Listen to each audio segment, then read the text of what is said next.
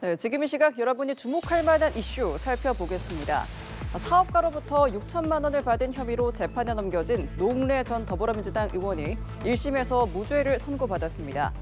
재판부는 증거가 위법하게 수집돼 혐의가 입증되지 않는다고 판단했는데요. 선고 이후 노 전 의원은 재판부에 감사하다며 검찰을 강하게 비판했습니다. 김예린 기자입니다. 노웅래 전 더불어민주당 의원은 지난 2023년 정치자금법 위반과 뇌물수수 등 혐의로 재판에 넘겨졌습니다. 사업가 박모 씨에게 사업 편의 제공과 선거 자금 등의 명목으로 6천만 원을 받은 혐의입니다.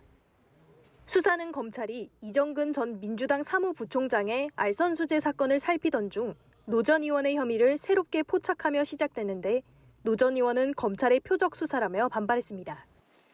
기소 후 2년 넘게 사건을 심리한 1심 법원은 무죄를 선고했습니다. 결정적인 이유는 검찰의 위법한 증거 수집이었습니다. 재판부는 수사의 핵심이 된 사업가 박 씨 안에 조모 씨의 휴대전화 전자정보 증거 능력을 배제했습니다. 검찰이 이전 부총장 사건과 별도 혐의를 수사하면서도 새로 압수수색 영장을 발부받지 않았고 조 씨가 어떤 사건 증거로 쓰이는지 정확히 알고 이미 제출에 동의했다고 보기는 어렵다고 판단했습니다. 노 전 의원에게 돈을 건넸다고 인정한 박 씨의 진술 증거도 인정하지 않았습니다. 자백이 피고인에게 불리한 유일한 증거일 때는 유죄의 증거로 삼을 수 없다는 규정을 따른 겁니다.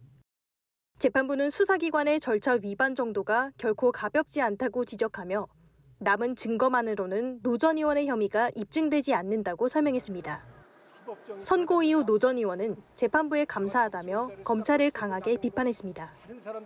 정치검찰의 수사권과 기소권 남용에 의한 이 잘못된 사람 잡는 수사를 바로잡아 주신 재판부에 감사드립니다. 사업가 박 씨는 이전 부총장에게 선거 비용 등을 건넨 혐의로 유죄가 인정돼 총 징역 1년 5개월을 선고받고 법정 구속됐습니다. 연합뉴스TV 김예린입니다. 돈을 노리고 중소기업 대표를 납치 살해하려던 30대 남성이 재판에 넘겨졌습니다. 가해자는 중국에서 귀화한 30대 남성 A씨로 중소기업 대표인 60대 피해자를 납치하고 살해하려 한 혐의를 받습니다. 단순 특수상해 사건으로 넘어갈 뻔했지만 검찰의 보완 수사 끝에 공범을 검거하고 치밀한 계획 범행 정황까지 드러냈습니다. 윤영석 기자입니다. 아파트 지하 주차장에서 추격전이 벌어졌습니다.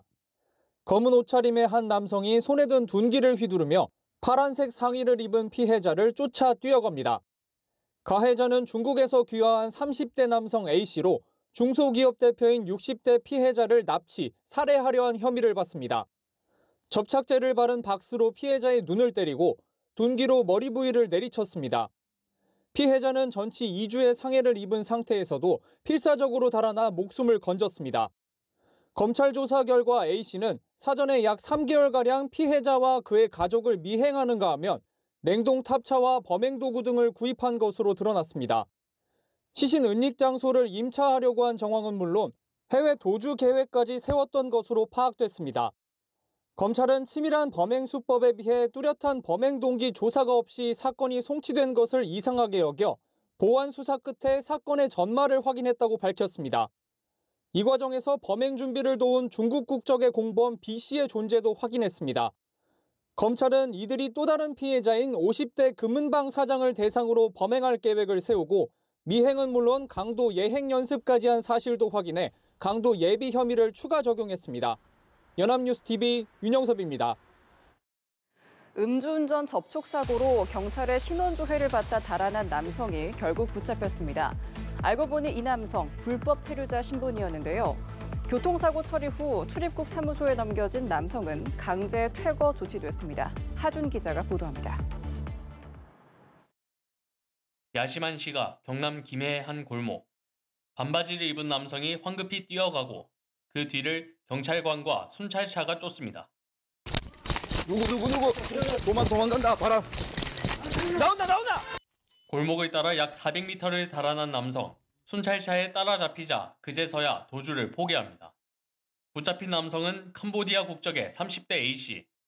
앞서 업무용 트럭을 몰다 접촉사고를 냈는데 피해 운전자가 A씨에게서 술 냄새가 난다며 음주운전 의심 신고를 한 겁니다.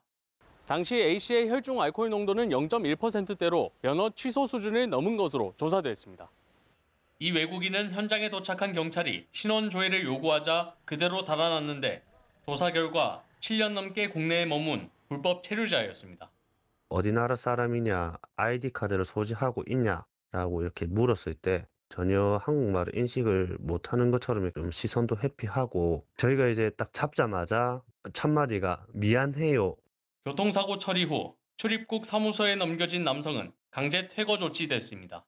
연합뉴스TV 하주입니다. 청첩장이나 부고 문자를 보내 휴대전화를 해킹하고 돈을 가로챈 스미싱 조직이 경찰에 붙잡혔습니다. 이번 검거로 대형 스미시 조직을 와해시킨 경찰은 중국에 있는 총책 2명도 특정해 인터폴 적색 수배령을 내렸습니다. 국내 최대 규모의 조직으로 확인됐는데 피해자만 1000여 명에 달합니다. 김선웅 기자입니다. 모친상 부고에 자녀 결혼식 청첩장, 심지어는 과태료를 내라는 고지까지 정체모를 URL 주소가 첨부된 위장 문자입니다. 무심코 링크를 누르는 순간 휴대전화에는 악성 애플리케이션이 설치됩니다. 이런 방식으로 본인 인증 수단을 확보해 돈을 빼돌린 스미싱 조직이 경찰에 검거됐습니다. 무단 개통한 알뜰폰과 신분증을 이용하여 피해자들의 모바일 뱅킹 앱 가상자산 계정에 침입하여 약 120억 원을 탈취한 국내 총책 중국인 A를 포함하여 13명을 검거하고 그중 4명을 구속한. 추적을 피하기 위해 차량을 사무실처럼 이용해온 일당은 주차장에서 잠복 중이던 경찰의 덜미가 잡혔습니다. 피의자들은 차량 내 노트북, 휴대폰 공기계, 휴대폰 공유심 등을 두고 매번 범행 장소를 바꿔가면서 범행을 저질러 왔습니다. 피해자 수는 1000여 명으로 디지털 기기 보안에 익숙하지 않은 50대 이상이 대부분이었습니다. 피해자 중에는 무려 4억 8,500만 원을 뜯긴 사례도 있었습니다. 조직원 수나 피해 규모 모두 스미싱 조직으로는 국내 최대 규모입니다.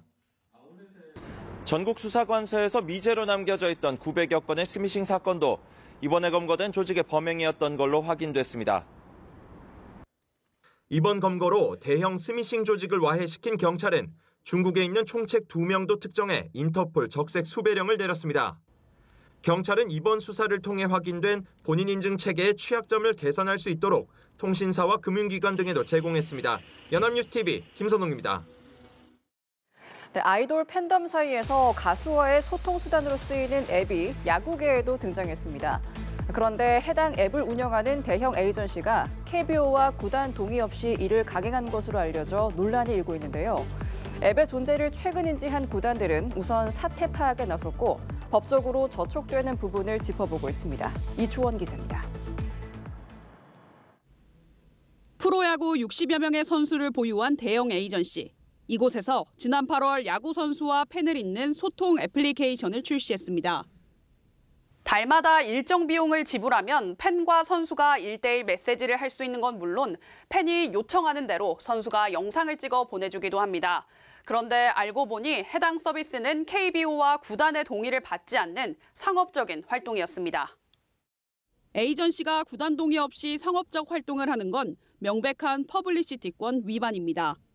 또한 KBO는 선수 대리인인 에이전시는 선수가 계약 위반을 하지 않도록 해야 할 책임이 있는데 오히려 위반을 주도했다고 해석했습니다.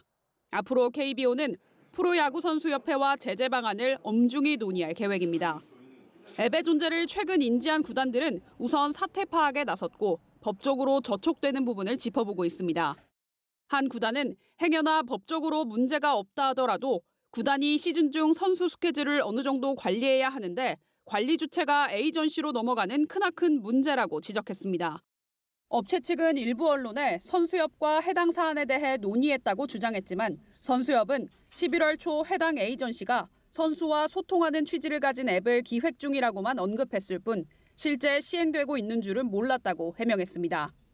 한편 에이전시 측은 해당 소통 애플리케이션을 무기한 중지시켰고 연합뉴스TV에 팬 여러분과 구단, 선수분들께 심려를 끼쳐드린 점 다시 한번 깊이 사과드린다고 입장을 전했습니다.